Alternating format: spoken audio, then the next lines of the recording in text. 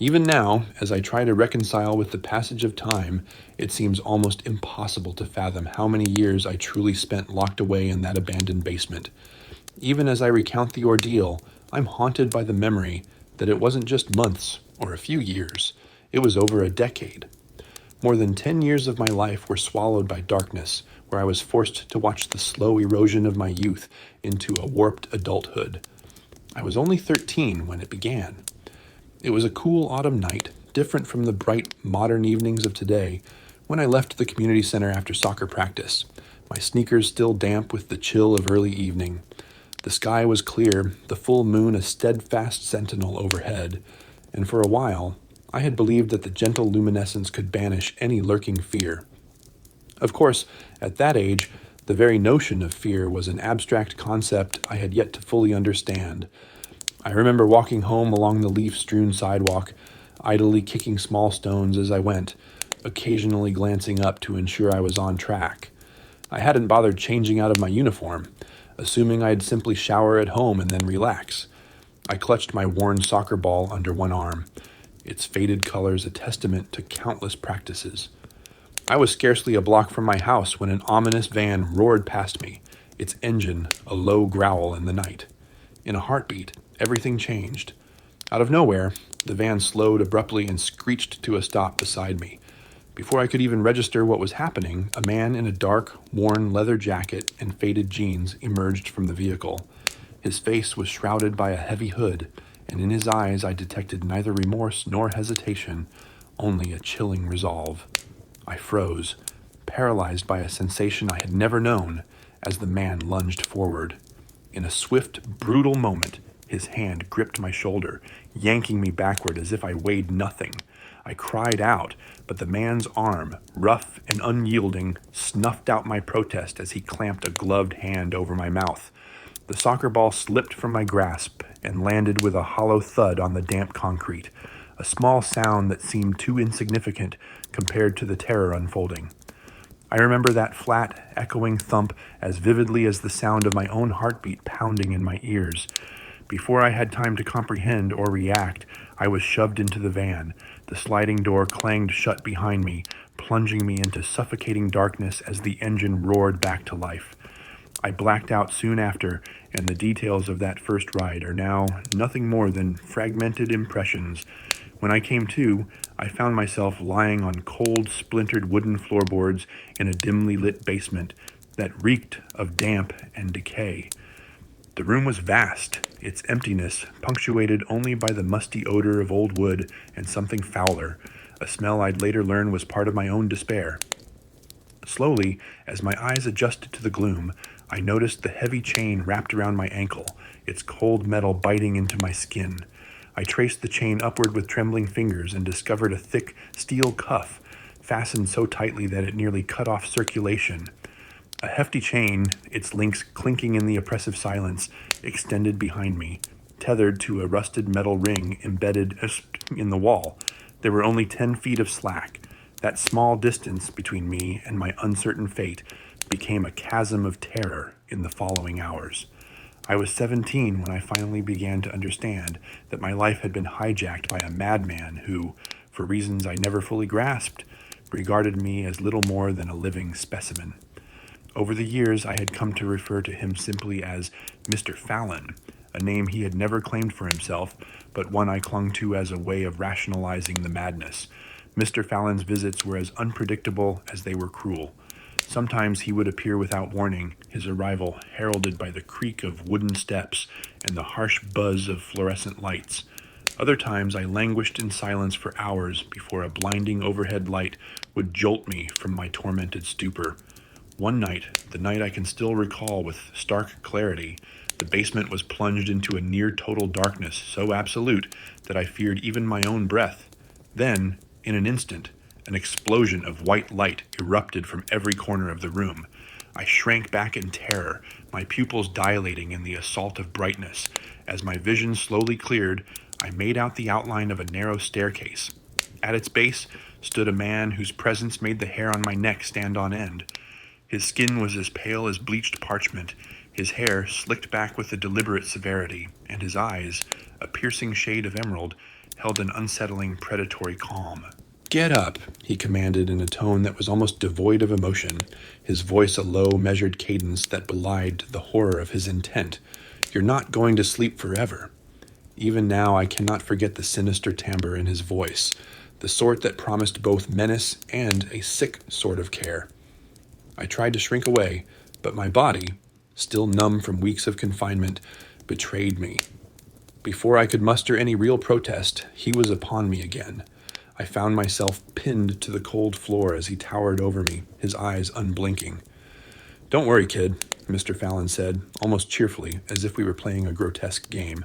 "I'm not going to hurt you too badly, not yet anyway." His words, meant to be reassuring, sent a fresh wave of panic through me.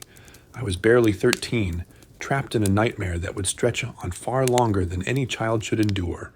I remember the taste of fear and the iron tang of blood as his long, sharp fingernail traced a deliberate line along my throat, drawing a thin scarlet line that was more symbolic than truly dangerous. Over the following years, Mr. Fallon's visits alternated between chilling restraint and bursts of unbridled cruelty.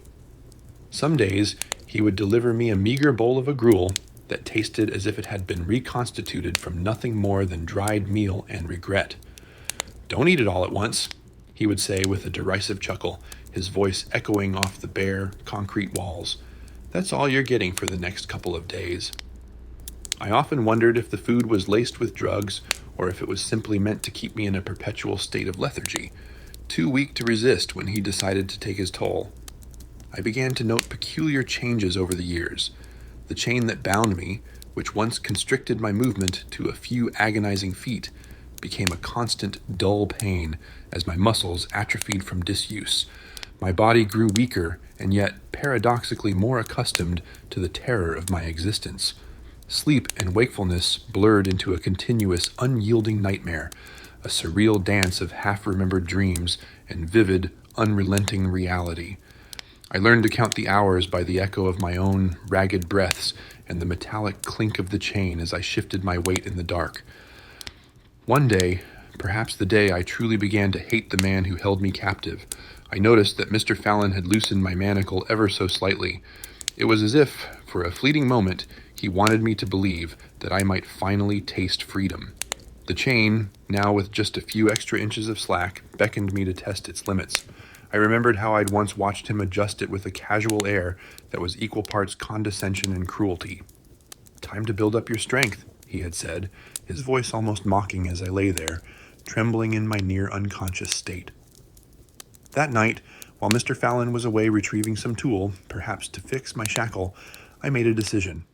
In a haze between sleep and wakefulness, fueled by a desperate spark of will that had long lain dormant, I resolved to act. I waited until I could hear his heavy footsteps descending the creaking staircase. The sound was a death knell of hope and terror combined. As his presence loomed in the corridor outside my dim sanctuary, I summoned every ounce of strength I had left. My body, brittle from years of enforced stillness, responded with a violent kick.